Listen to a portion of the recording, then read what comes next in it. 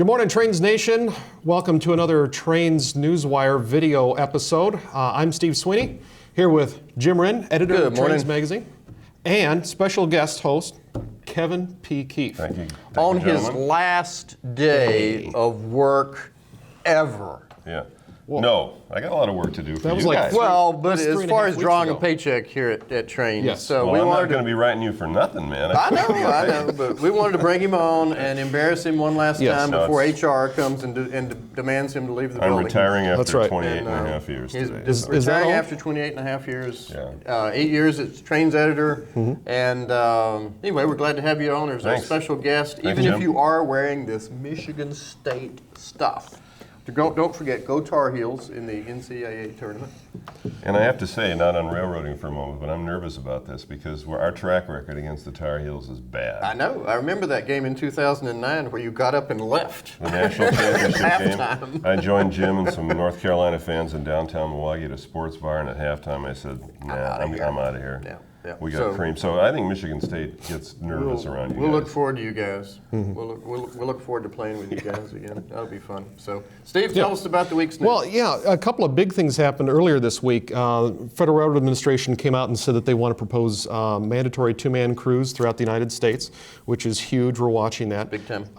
The Amtrak Southwest chief derailed early Monday morning in Kansas. And right now what people are thinking is what the National Transportation Safety Board thinks is that a feed truck, a big, heavy, multiple-ton feed truck hit a rail, not at a grade crossing, knocked it over, knocked out of place, and that's what caused the derailment. So it wasn't going across the tracks at the crossing, but it hit the track somewhere else. It hit the track somewhere else. Knocked him out of alignment. And it was still it was that's in the the thinking. jointed rail section, right? And in jointed rail. Right. Where So- that's likely to happen more, I guess. Yeah, more often. But I mean, I don't know what it says about the track that a truck could roll over it and then I just move. don't think that a track could be, deformed by something like that, Right. hitting it, but I guess it can be. Well, how could the guy be that close to it, too?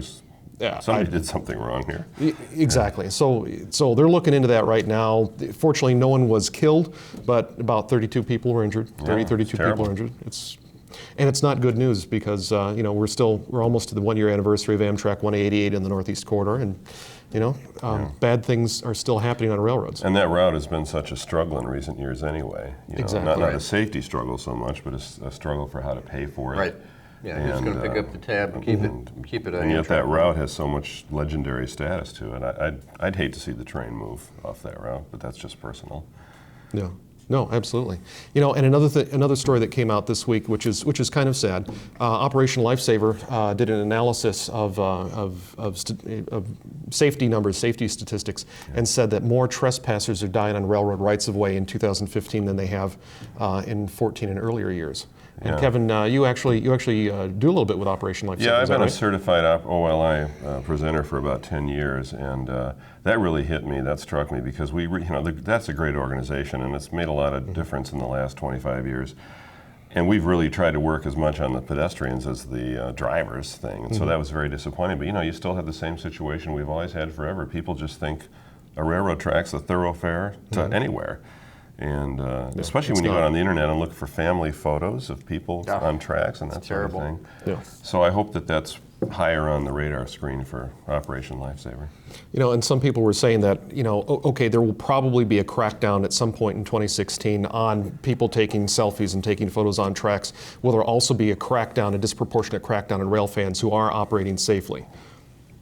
Only time will tell. Hope not. Hope not, but Because I'm about to start going out and doing that more. yeah, I hope not either. But you never know. Yeah, Jim, what picked your interest so far this week? I was curious about the Washington Metro shutdown this week. They shut down for a safety check, a really big blitz for almost, I think, 30 hours. 30 hours. And I would hate to have been in Washington D.C. trying to get around this week during all that mess, but. They did find some problems. I think they had 26 cables that they decided that were potential fire hazards. So that was a pretty big story. Hopefully they've gotten that taken care of. I saw the group that wants to build a bypass route around Chicago for freight is being urged to start holding public hearings, which is an interesting development there.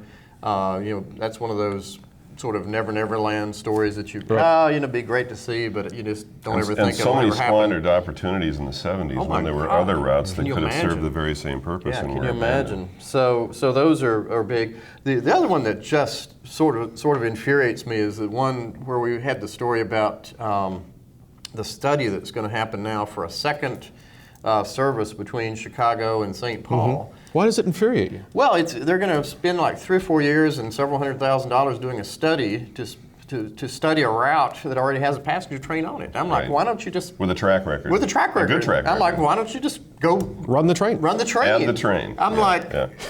do you really have to do that? I mean, come on. Yeah. Go back and look at what the Milwaukee Road did with the afternoon and morning line Yeah, office. I mean, you know, it's certainly years and years ago. well needed. You and I were on the Oh, yeah. Empire Builder last fall, and it was well patronized.